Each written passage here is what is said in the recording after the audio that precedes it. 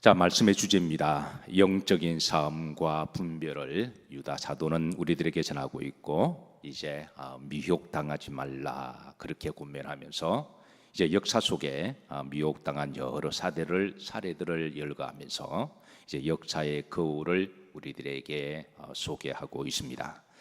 자, 우리는 날마다 거울을 봅니다. 아침에 일어나서 거울을 봅니다. 특별히 이제 누군가를 만나러 갈 때, 또 일하러 갈 때에, 특별히 우리는 주일날 하나님을 만나 뵈러 올 때에, 거룩한 성전에 올 때 우리는 거울을 봅니다.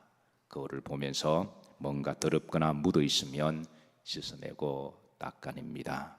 거울이 있다고 하는 것이 얼마나 소중한 것인지 모르겠어요. 마찬가지로 하나님께서 우리들에게 영적인 거울을 주셨는데, 자, 세 가지 영적 거울을 주셨다고 말씀을 드렸습니다. 첫 번째는 역사의 거울을 주셔서 역사를 통해서 다시는 그런 일이 반복되지 않도록 우리들에게 역사의 거울을 주셨습니다. 자, 두 번째 거울은 말씀의 거울입니다. 말씀을 통해서 우리가 또 잘 보게 하시고 분별하게 하시고, 세 번째는 성령의 거울이십니다. 믿는 자들에게 성령을 주셔서 이 성령을 통해서 그 시대를 잘 조명하게 하시고, 우리가 있어야 할 위치와 해야 될 사명들, 가야 할 길들, 해야 할 일들에 대해서 성령께서 비추어 주시고 말씀을 주십니다. 사랑하는 성도 여러분, 이 영적인 거울을 잘 보셔서 끝까지 믿음으로 승리하시기를 주의 이름으로 축복합니다. 자, 유다 사도는 지난 역사의 거울을 통해서 미혹당한 적지 않은 이들이 있음을 전가하면서, 자, 이들이 어떤 이들이었는지 이들을 소개하고, 매 시대마다 믿음의 여정을 걸어가는 성도들에게 저들처럼 미혹을 당하지 말자라고 안내하고 있습니다. 첫 번째는 미혹당한 천사가 있었음을, 원래는 루시엘이었는데 그 거룩한 천사가 미혹당해서 루시퍼가 된 사례를 소개했습니다. 자, 두 번째는 미혹당한 도시를 소개했습니다. 그렇게 살기 좋았던, 풍요로웠던 축복의 땅 소돔과 고모라가 미혹을 당해서 저주받은 땅이 되고 풀 한 포기도 나지 않는 그런 지옥과 같은 땅이 되었습니다. 하나님께서 우리나라를 축복하셔서 우리는 어느 정도의 연세가 있으신 분들은 우리가 지나왔던 50년대, 60년대, 70년대를 결코 잊을 수가 없어요. 우리 삶이었으니까, 우리 흔적이었으니까. 젊은 사람들은 그 시대를 잘 몰라서 그런 이야기를 하면 조금 듣기 부담스러워하지만, 그러나 그 시대를 지나온 사람들은 우리는 그 시대를 잊을 수가 없습니다. 그리고 오늘을 돌이켜보면 하나님께 감사하지 않을 수가 없어요. 하나님이 축복한 나라, 하나님이 세우신 나라, 애국가에 저는 하나님이 우리나라 보아사, 이 가사가 들어가는 것이 저는 얼마나 소중한 일이고 다행인 줄 모르겠습니다. 이렇게 축복받은 나라가, 사랑하는 성도 여러분, 혹이라도 소돔과 고모라처럼 하나님께 버림을 당하거나 멸망당하는 나라가 되지 않기를 우리가 더욱더 기도하십시다. 소돔과 고모라는 한때 잘 나가는 나라였습니다. 모든 부와 영광과 축복이 있는 나라였고, 한없는 지하 자원이, 소금이라고 하는 곳, 옛날에는 소금을 이제 흰 황금이라 그랬잖아요. 지금의 석유라고도 비견될지는 모르겠습니다만은, 어쨌든 그렇게 지하 자원이 풍부해서 별로 노력하지 않아도 엄청난 부를 누렸던 나라들, 지금 중동이 석유난다고 큰 소리치고 잘 먹고 잘 살고 있지만 그렇게 오래된 보장이 아닐 거예요. 언젠가는 그게 거들이 나게 되면 아마 그 나라가 참 어떻게 될지 예측이 가능한데요. 그래서 우리나라가 참 아무런 지하 자원도 없지만 하나님이 축복하셔서 이렇게 번영하고 복된 나라가 된 것을 우리가 늘 기억하시고, 우리가 겸손하시면서 또 하나님 주신 사명 잊지 말고 우리 다음 세대들이 이 나라를 이어받아서 왕같은 제사장의 나라가 되기를 우리가 기도하십시다. 자, 세 번째 역사의 거울은 가인의 역사의 거울을 소개시켜 드렸습니다. 자, 오늘은 네 번째 발람의 역사의 거울인데요. 자, 11절에 이렇게 시작합니다. 뭐 있었진저? 화 있었진저? 어떤 사람들이요?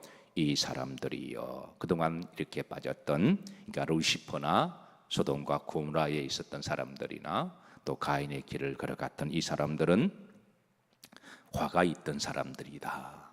왜냐하면 하나님이 주신 그 거울을 통해서 분별하지 못하고 미혹당한 것도 그 사람들의 책임이 없다라고 말할 수가 없으니, 미혹당한 이들은 어떤 일이든 간에 화가 있음을 다시 한번 우리들에게 알려주시고, 그리고 오늘은 이제 네 번째, 이제 또 다른 사람을 미혹당했던 역사의 한 여정 가운데 사람을 소개하는데, 그 사람이 바로 발람이라고 하는 사람입니다.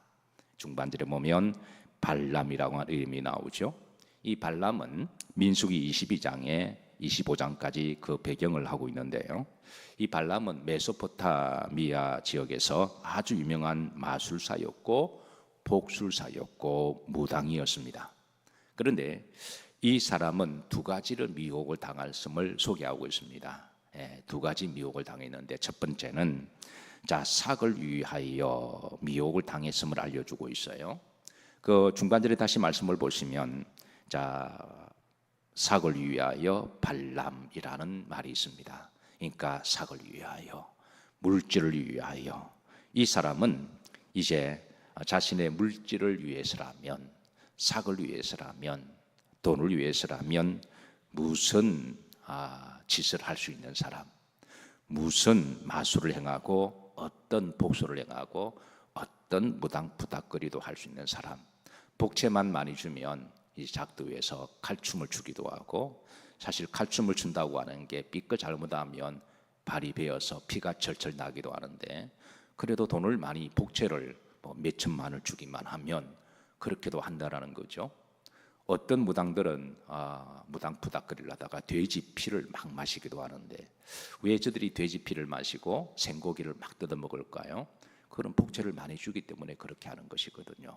그러니까 복채를 위해서라면 무당도 찾아가고 귀신도 불러내는 그런 이들이 바로 이제 오늘 이 시대의 발람이라고 말할 수가 있습니다.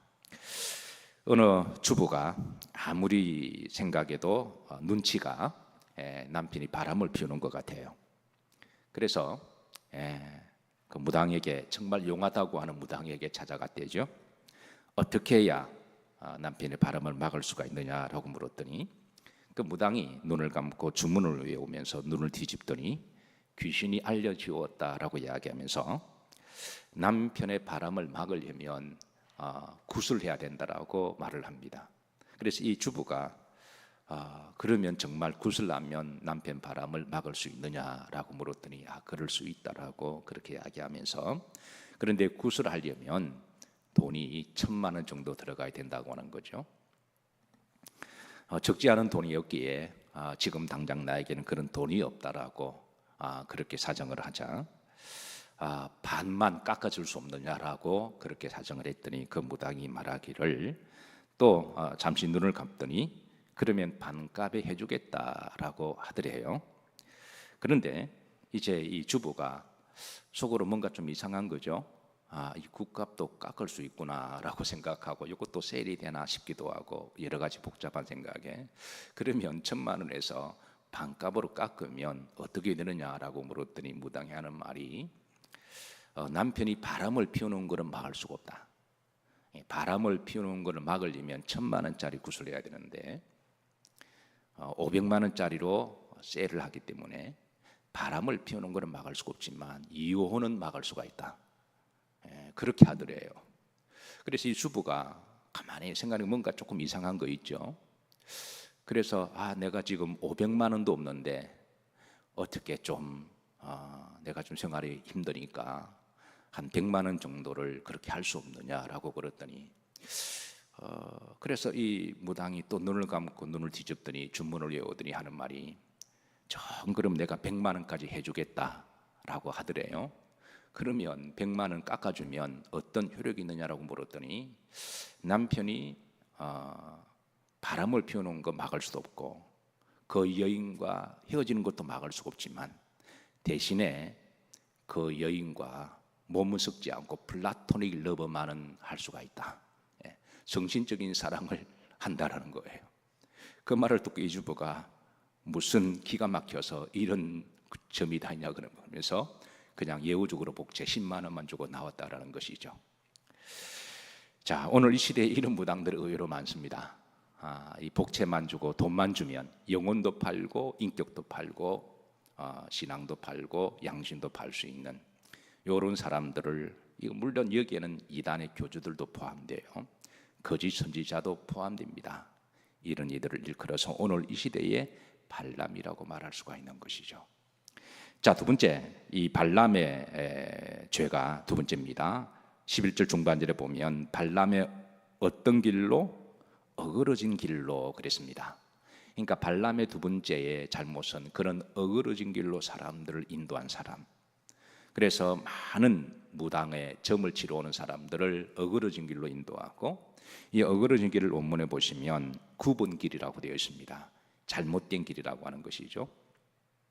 궁극적으로 이 어그러진 길의 목적은 하나님의 나라가 아니라 지옥입니다. 멸망의 길입니다. 예수님께서 우리에게 말씀하시기를 나는 길이요 진리요 생명이니 나로 말미암지 않고서는 아버지께로 올 자가 없느니라 말씀하셨습니다. 주님이 참 길이십니다. 우리가 주님을 통해서 우리는 하나님 나라에 가게 되는 것이죠.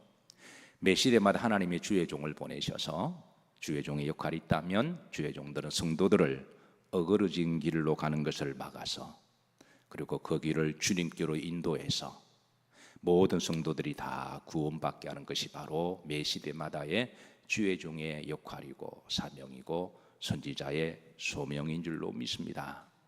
그런데 이 발람과 같은 자들은 무당이나 거짓 선지자, 이단들을 포함해서 이런 자들은 어떻게 하든 사술이든 무당 부닥거리든 어떤 말로 해서 어그러진 길로 인도해서 구원받지 못한 길로 인도하는 자가 오늘 이 시대의 발람이라고 말할 수가 있어요. 그런데 문제는 계시록에 보면 매 시대마다 이 발람의 영들이 돌아다니며 많은 사람들을 미혹하고 있다는 거예요. 그리고 의외로 많은 사람들이 여기에 미혹을 당하는데 또 문제가 있습니다. 그래서 계시록의 마지막 시대의 연계를 보여주시는데, 자 14절 다 같이 한번 합독합니다. 그러나 내게 두 가지 책망할 것이 있나니 거기 내게 발람의 교훈을 지키는 자들이 있도다.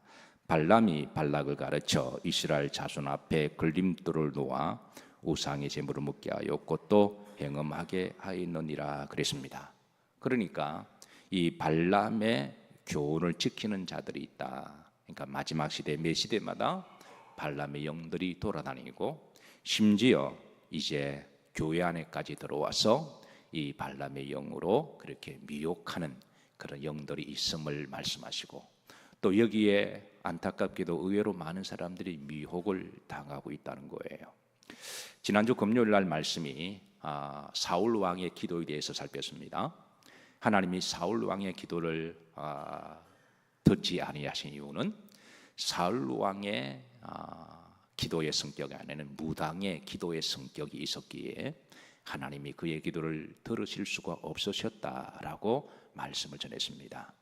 의외로 교회를 다니고 하나님을 믿는 사람들이, 사실 우리는 다 기도의 사람들이죠.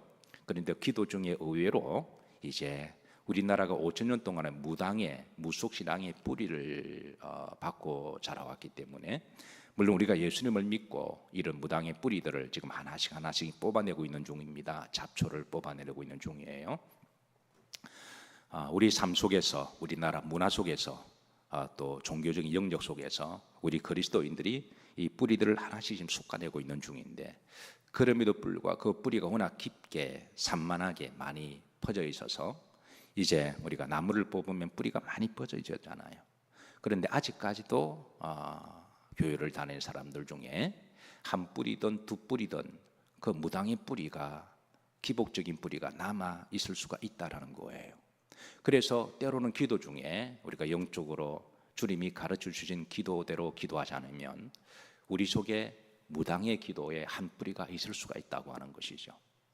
자, 발람의 영이 돌아다니면서 이제 사람들을 유혹할 때에 많은 사람들이 여기 미혹을 당하고 쫓아가는 사례가 있음을 다시 한번 알려주고 있습니다.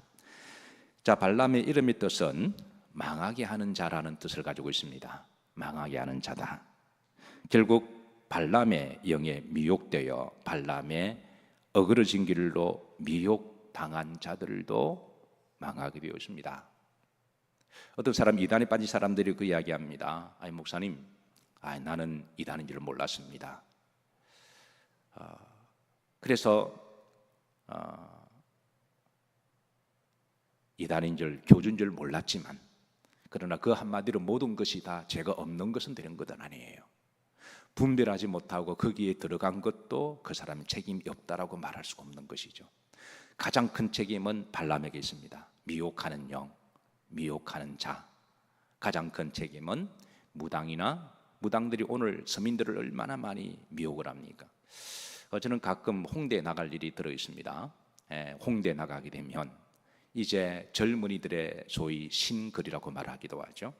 근데 홍대에 많은 샵 가운데 의외로 많은 점집들이 있더군요. 근데 그게 의외로 많은 젊은 사람들이 그 사람들은 어떤 점에 있어서 교회를 부인하고 부정하는 아이들인데, 다 그런 건 아니겠지만, 근데 그게 무당 비슷한 사람 앞에 쭈그리고 앉아 점을 보는 모습을 보고 참 이중적이다 그런 생각하기도 하고 참 어리석다라고 생각하기도 해요. 그래서 의외로 많은 사람들이 여기에 이제 미혹당하고 있다고 하는 거예요. 그러니까 미혹하는 사람도 제일 큰 책임이 있습니다. 하나님의 심판이 있습니다. 근데 미혹당하는 사람들도 책임이 없다라고 말할 수가 없는 것이죠. 그래서 유다 사도는 이런 일들, 역사의 거울을 통해서 우리들에게 비춰주시면서 이제 미혹당하지 말자라고 사랑으로 권면하고 있습니다. 자, 오늘은 거룩한 성일입니다. 성일에 다시 한번 우리의 생명의 길로, 구원의 길로, 축복과 믿음과 영생의 길로 인도하시는 분은 오직 예수 그리스도이심을 믿으시기를 바라고, 주일날이 여러분들에게 우리 자신을 다시 한번 돌아보는 거울이 되기를, 어떻게 보면 월, 수, 목, 금, 토 주일 중에 일주일 중에 하루를 돌아보는 날의 거울이 있다면 저는 주일이 아닐까. 주일날 다시 한번 성령을 통하여 또 말씀을 통하여 우리 자신을 한번 잘 돌이켜 보시고, 혹이라도 더럽고 또 이렇게 죄가 있으면 예수님의 보혈로 깨끗하게 씻어버리시고, 그래서 정결한 모습으로 우리가 다시 거듭나고 다시 새롭게 되어서 주님께 마음껏 예배드리고 예배하신 축복을, 주일의 성일의 축복을 마음껏 누리시는 복된 날 되시기를 주의 이름으로 축복합니다.